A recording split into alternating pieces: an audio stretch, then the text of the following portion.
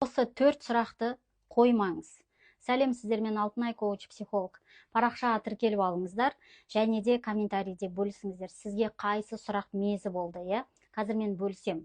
Және де қандай фрагмент ұнады, соны қиып алып, жазып алып, өзіңіздің статусыңызға қойып қойсаңыздар да болады. Өткенде бір кісі айтып еді, осындай сөздерді және видеоларды көрген кезде маған ұнайды, бірақ статусқа қоюға ұяламын, қысыламын, елдер көреді ғой деп дейді. Ұялмаңыз, қысылмаңыз, қайта көрсін, естісін. Сіз де менің қай сөздерімді ұнаттыңыз, қай фрагмент ұнады, соны қиып бөліп алып, запись экрана қылып алып, статусыңызға қойып қойсаңыз болады. Енді қандай сұрақтарды қоюға болмайды? Бірінші, қашан тұрмысқа шығасың? Осы сұрақ мезі болған шығар, қыздар түсінеді, өзі итақта тыпырақтап жүрген адамға осы сұрақты қоюдың қажет жоқ. Қашан тұрмысқа шығасың? Пәленше анау бүйтіп кетті, сөйтіп кетті. Өзіңдей жүр ғой анау айжандар, күйеуге тиіп, балалы болып. Зачем өйтіп айтып? Итак, көңілі ауырып жүр ол адамның, қыздың, тұрмысқа шыққысы келмейді деп ойлайсыз ба? Шыққысы келеді, бірақ өзінің бір нелері бар шығар. Өзінің бір проблемалары бар шығар. Өзінің бір травмалары бар шығар. Өзінің бір шектеулері бар шығар, Оны айтуға ұялады, қысылады. Кейбірлер айтады: мен осы үшін тұрмысқа шыққым келмейді. Осындай адамдарды көрген кезде, осындай ерлі-зайыптыларды көрген кезде, жаңағы қиналып жүргендерді көрген кезде мен тұрмысқа шыққым келмейді деп кейбірлер айтады. Ал кейбірлер айта алмайды ішіндегісін.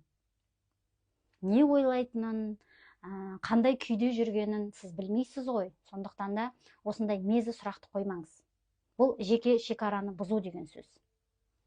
Сізді құрметтегенін қаласаңыз, сіз де басқа адамды құрметтеңіз, жеке шекарасына өтпеңіз. Бұл бірінші сұрақ. Ешкімге қоймаңыз, әсіресе жас қыздарға, жалпы қыздарға, қашан сен осы тұрмысқа шығасың деп мазаламаңыз.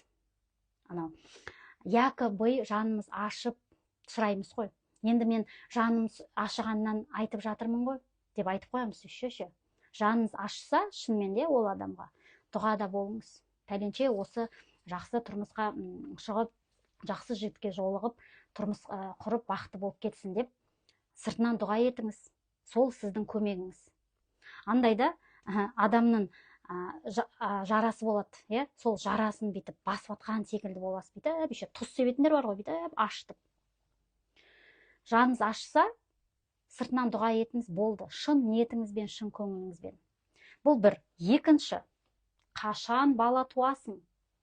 Туып алсайшы деген сұрақты мүлдем қоймаңыздар. Мүлдем. Олар өздері біледі. Қашан балалы болады, қалай балалы болады, Өйткені бұл әр адамға тиесілі нәрсе. Бұл ішкі кухня. Ішкі кухняға араласудың қажет жоқ. Бірінен соң бірін туып алсайшы, болмаса асырап алсаңдаршы, болмаса не дейді та, бір қаптың аузы ашылса болды ғой, кете береді дейді. Олар итақта өздері ем қабылдап, больницадан больницаға секіріп жүрген шығар, врачтан врачқа. И каждый раз осындай сұрақтарды қойған кезде, осындай нәрсені естіген кезде, ол адамға ауыр, көңіліне қатты тиеді. Сондықтан да көңілді қалдырмас үшін адамның осындай бестактный сұрақтарды қоймаңыздар. Бұл не тактичность, бұл не этично, бұл мәдениетсіздік, адамның мәдениетсіздігін білдіреді. Өйткені, ой жаным ашып, сол тезірек балалы болып кетсін деп сөйтіп айтып атқаным ғой деп өзімізді ақтап аламыз. Жоқ, қажет жоқ, ондай жан ашырлықтың қажет жоқ. Ондай жанашырлықтың қажет жоқ. Енді келесі үшінші сұрақ: ақшаң қанша, қанша айлық аласың, табысың қандай деген сұрақты вообще қоймаңыздар. Табысқа байланысты, ақшаға байланысты, финансыға байланысты, қаржыға байланысты сұрақ қоймаңыздар. Қанша аласың сен? Не істеп жүрсің өзі? Қандай жұмыс істеп жүрсің? Қанша төлейді саған? Нормально төлей ма? Деген секілді.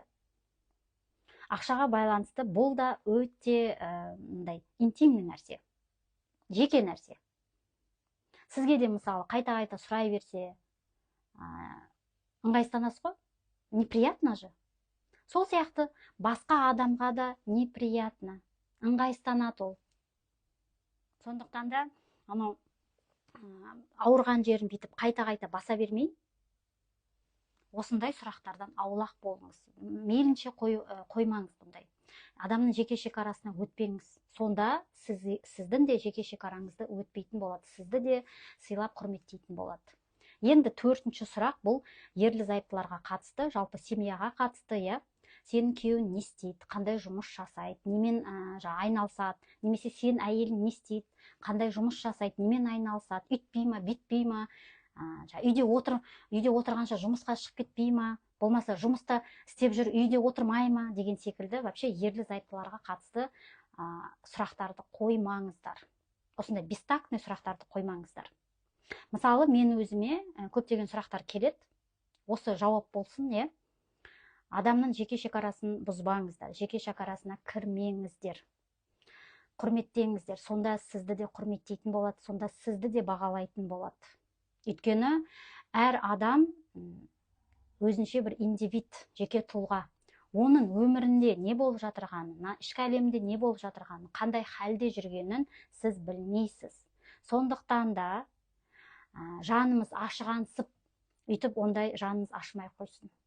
Реально шынымен жаныңыз ашса, Құдайдан тілеп, сыртынан дұға етіңіз.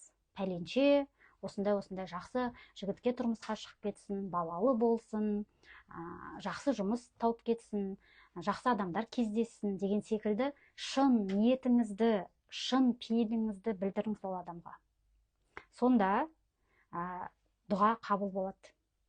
Дұғалардың ең әдемісі, ең көркемі осы мұсылманның басқа мұсылманға сыртынан айтқан дұғасы. Сыртынан айтыңыз, зачем он бетіне бүйтіп ауырған жерін бүйтіп баса бергеннен. Енді сізге қайсы сұрақ мезі болды? Комментарийде бөлісіңіздер, сізге қай сұрақты қоя береді? Комментарийде бөлісіңіздер, парақшаға тіркеліп алыңыздар. Ал сіздермен келесі сабақта, келесі эфирде жолығамыз. Күндеріңізге сәттілік.